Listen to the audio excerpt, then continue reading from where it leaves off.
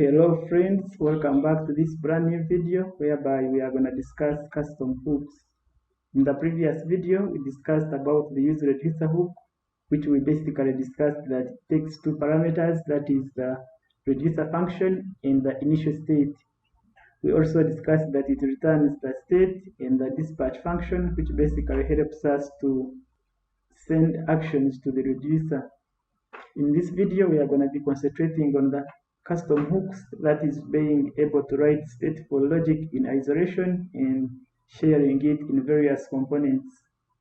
To do that, we are going to be discussing the basic structure of the custom hook first, and then after that we are going to write some reusable logic and be able to use it in various components. By the way, if you need reusable logic that is not stateful, it is totally okay. You can also write it in a custom hook, but you can also possibly write it in a normal JavaScript function and then export it to be able to use it in other components. But if you want to write stateful logic, for example, consuming React hooks like use state, use effect, use ref, and any other hook, being able to access React features while writing state in isolation, use a custom hook to be able to do that. So let's come here and first discuss about the basic structure of a custom hook. To do that, we are going to come here and create a new folder, and we are going to call it hooks. Inside here, we are going to write a custom hook for fetching posts to be able to reuse the fetched posts in various components, because at times you fetch some data and you want to display it in various areas, in various components. So we can call our custom hook use posts. Writing a custom hook involves writing the word use at the start to be able to signal to React that you are going to use React features. So inside here, you're free to use React features like hooks and any other React feature. So let's come here and first write our custom hook. It's going to be use posts, and it's going to be an arrow function.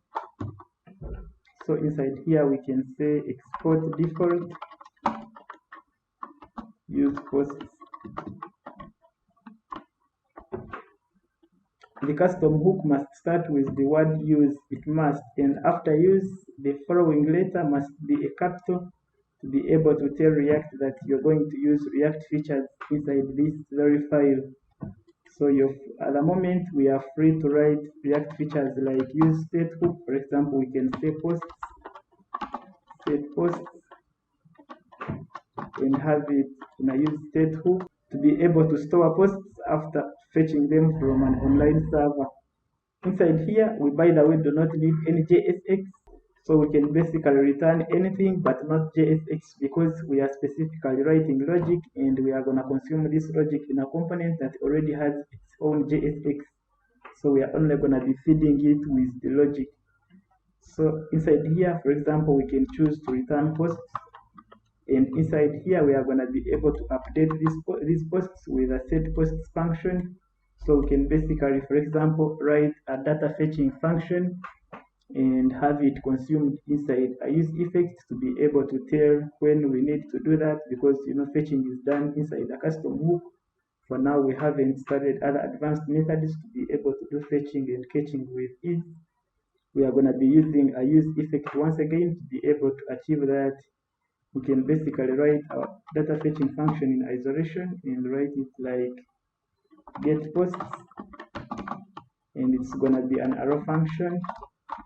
Of course, since we are fetching from an online server, it's going to be an asynchronous. And inside here, we can basically have our try catch.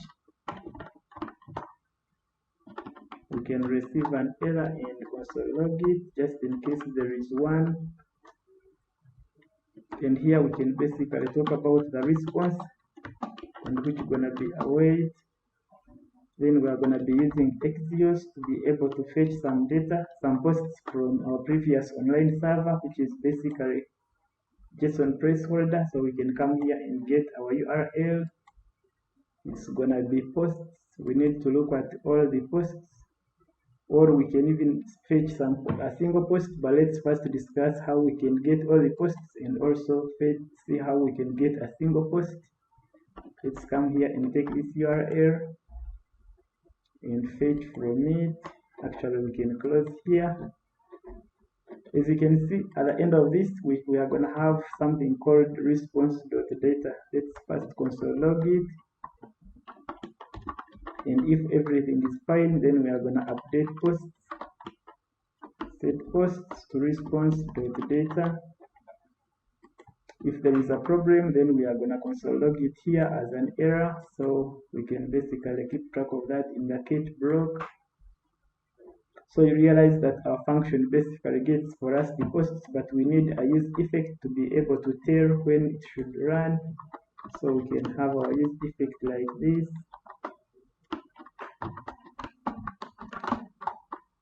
And inside here, we are going to have an empty dependency array to be able to run it once the page loads. So we can just say get posts. So this function here gets all the posts. So we can come here and return posts. We already did that. So by doing this, wherever we consume this custom hook, we are going to destructure this post and then be able to use it. So we can basically come, for example, inside our app, we can get to destructure it. Let's come here and say const posts. Of course, we just returned it, so we can just consume it like that. And it's gonna be use posts like that. So before we get to use it inside here, we can first look in our console to be able to see if we have the post successfully. So let's come here and refresh.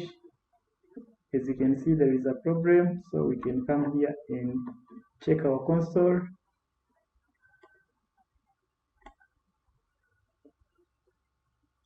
Cannot access posts before initialization. Let's come and check our syntax.